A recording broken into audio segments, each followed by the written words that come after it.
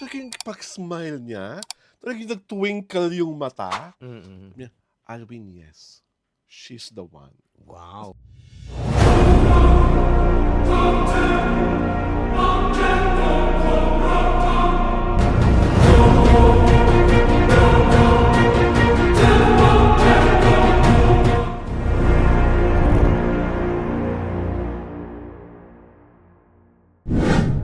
Ang sarap-sarap lang malaman that this actor who is really one of the better actors that we have, finally, inamin niya ang kanyang the one. This is Alvin Ignacio, the diva that you love. Together with me is my kumparing Ultra Maldita. Hi, this is Alex And you are Brasas. watching a Kitty Show, ang taray na talaking showbiz edition. I was very fortunate to have To have. to have a one-on-one interview with this very good-looking actor, si J.M. De Guzman, sa kanyang pelikulang Zelda 3, na isa po sa mga pelikulang kalahok at in competition sa Sinag Maynila. katatapos lamang na sa kasalukuyang ginaganap na Sinag Maynila Film Festival. Si J.M. De Guzman ang ating Ay, pinag-uusapan. my favorite crush. Yes! Di ba? Ang fresh-fresh niya nung actual press con, ang pogi-pogi, ang bait-bait.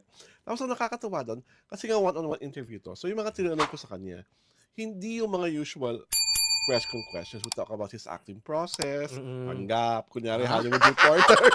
Oh my God!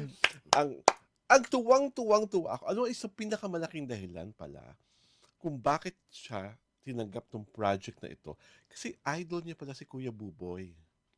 Si Cesar Montano. Cesar Montano. Ever since he was a young boy and naging young actor, he really looked up to Cesar Montano.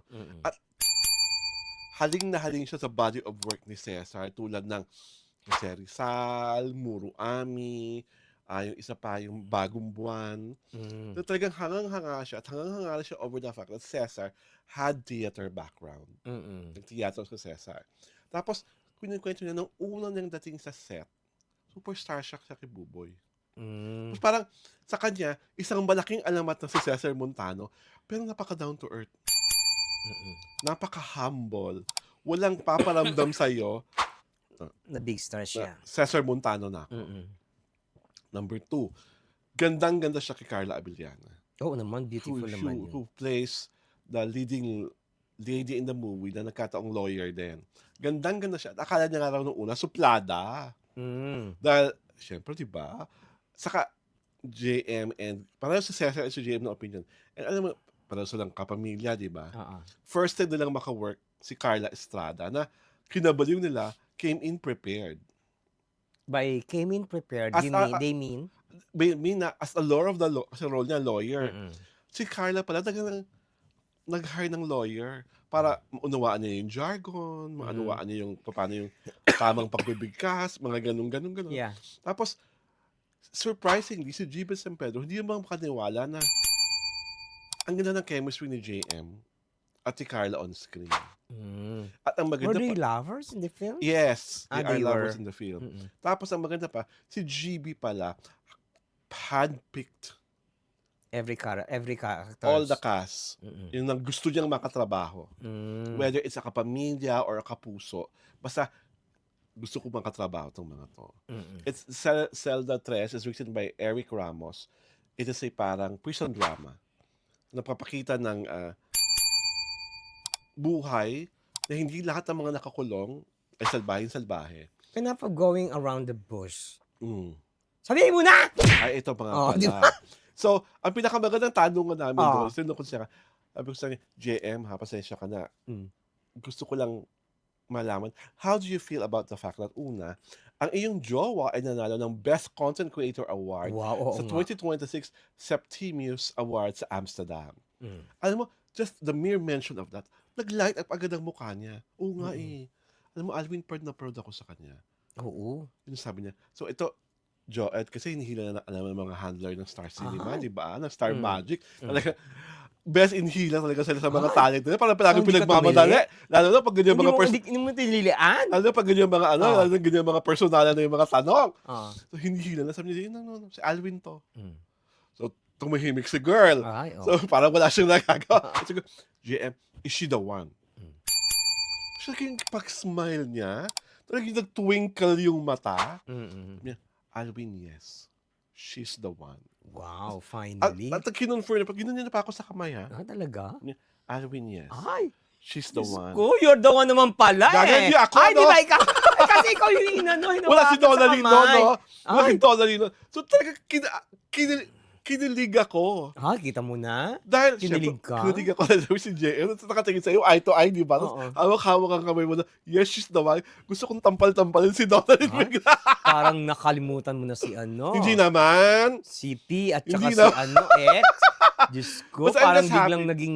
Kasi di ba, for the longest time, si JM, laking problematic sa love life niya. Mm-mm. Laging siyang parang luhaan. Well, talagang there are people destined to be yours. Yes. Diba? Ganun naman I so talaga believe yun in that, eh. Mare. Ha? I so believe in that. There are people- Iba yun sa ano? Sa ano naman? Iba yung destiny sa ano?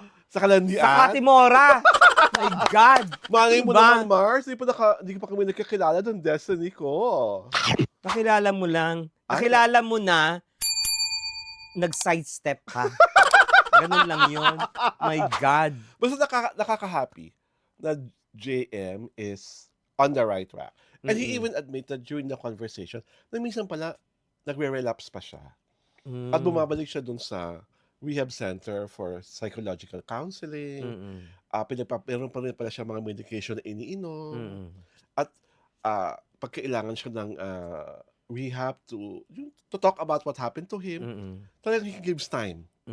So, Alam mo, I find JM very angelic. yes. Oo, he's true. something na parang walang gagawing masama. Yes. Parang incapable of making a mistake or making a sin. And, That is how I see him. and Ganun. even if he makes a mistake, you will always forgive him. Oo, parang, ay nako, even if he makes a mistake, hindi ako naniniwala. Diba? Diba? Parang may pagmamahal ka sa kanya, may kasamang pagnanasa. Yung totoo. Pagmamahal is an admission. Pagnanasa, excuse me. Ay! Ang linis! Diba? Talaga pagmamahal lang? Oo, pagmamahal lang, di Dapat ba? ako, charot. Ibang Katimora sa ano, di ba? Taga Makati ka, di ba? Charot. Ay, hindi naman. Ako, I just really hope that Zelda Tres gets all the love during the Sining Manila Film Festival. There are 5 entries, isa po doon ng Zelda Tres. So, panoorin niyo po, I hope pinanood niyo po lahat ang mga, anong wish mo for JM? Career-wise? Career-wise, more ano, kasi he's one of the best actors of his generation, Oo, di ba? true. So, kailangan, ano, may maintenance of good roles, Mm. di ba? Yung mga, ano, yung career path, he has to tread on something that he has not, done before. Mm. Mga unorthodox, Yes, mga yes. not before played roles, Oo. di ba? Yung mga ganon. And then what I like about him, it is one of the very few actors kasi hindi conscious kung siya ay bida, kung siya ay Oo. kontrabida, Yeah. kung super support, Mm-mm. or kahit cameo ang role, Yeah, oo. basta gusto niya Oo. gagawin niya. At talaga naniniwala siya doon sa katauhan ng kanyang ginagampanan. Oh, ang galing niya sa linlang. di ba? Yes! Very good. My Very good. God. Diba? Iba ang ano. Ibang pagkakontrabida. Oo, iba. Diba? At saka talagang he makes every role peanuts. Mm-mm. And what I Diba? like about him is that every role, you do not see JM anymore. Mm-mm. Talaga yung character niya. Di ba sa linlang, kitang-kita mo talaga Oo, yung iba. pagka-impacto niya. Oo. Tsaka sa kanya, there is no repetition of roles. Mm. Kahit nalinya siya sa kontrabida for a while, di ba? Parang you do not see the past kontrabida na character na he had. Mm-mm. Kaysa, kunwari, may ongoing na kontrabida din siya. Mm-mm. Wala kang makikitang traces. Mm-mm. Di ba? He left no traces of his past performances. And yun nga, tuwan-tuwa Everything rin is very new. tuwan-tuwa rin siya. Yung last movie niya, I think with Sue Ramirez? Ramirez, it was a silent hit pala. Mm. Kumita pala talaga yun. Talaga? Kahit siya nga biglang-bigla na kumite. Mm. So, parang he was very happy that it earned well at the box office. Tumagal pala sila isang buwan sa mga sinihan. Wow. And that's already a feat nowadays, Oo diba? naman, my God. And add the fact that hindi naman talaga regular love team si Sue at si JM. Oo, si JM. Diba? To actually pull that kind of... Actually, gusto kong makita in one movie, Jericho, Carlo Aquino, JM. Yes. Ay, No? Day! At saka si Baron. Ay, Ay, oo. iba yun, Day. Bardagulan sa Ay, aktingan. oo, walang ano yun. Yung talagang, ay, di ba parang, ay, walang tapon. Alam mo, pinaka-the best. Isama mo na rin si Lord of Acting, Ay, John oo. Arcilla. Oo, Parang todo na oo. natin. Ibang height yun, ano? Yung todo na natin. Yung parang yung parang pelikulang Agila. Yung mga gano'n. Warring Brothers. Oo, At di ba mga parang- gano'n. Or yung Kainat Abel dati ni Oo, ni Boy at Boy ni Philip. at saka Philip. Iba yun, yung mga ganung ano. Mm-mm. O kaya yung Kisap Mata male version. Ay, oo. Diba? Ay! Oo. Sa isang iglap. Actually, ang Kisap Mata, if you remake it, perfect si John Arcilla as Vic Silayan.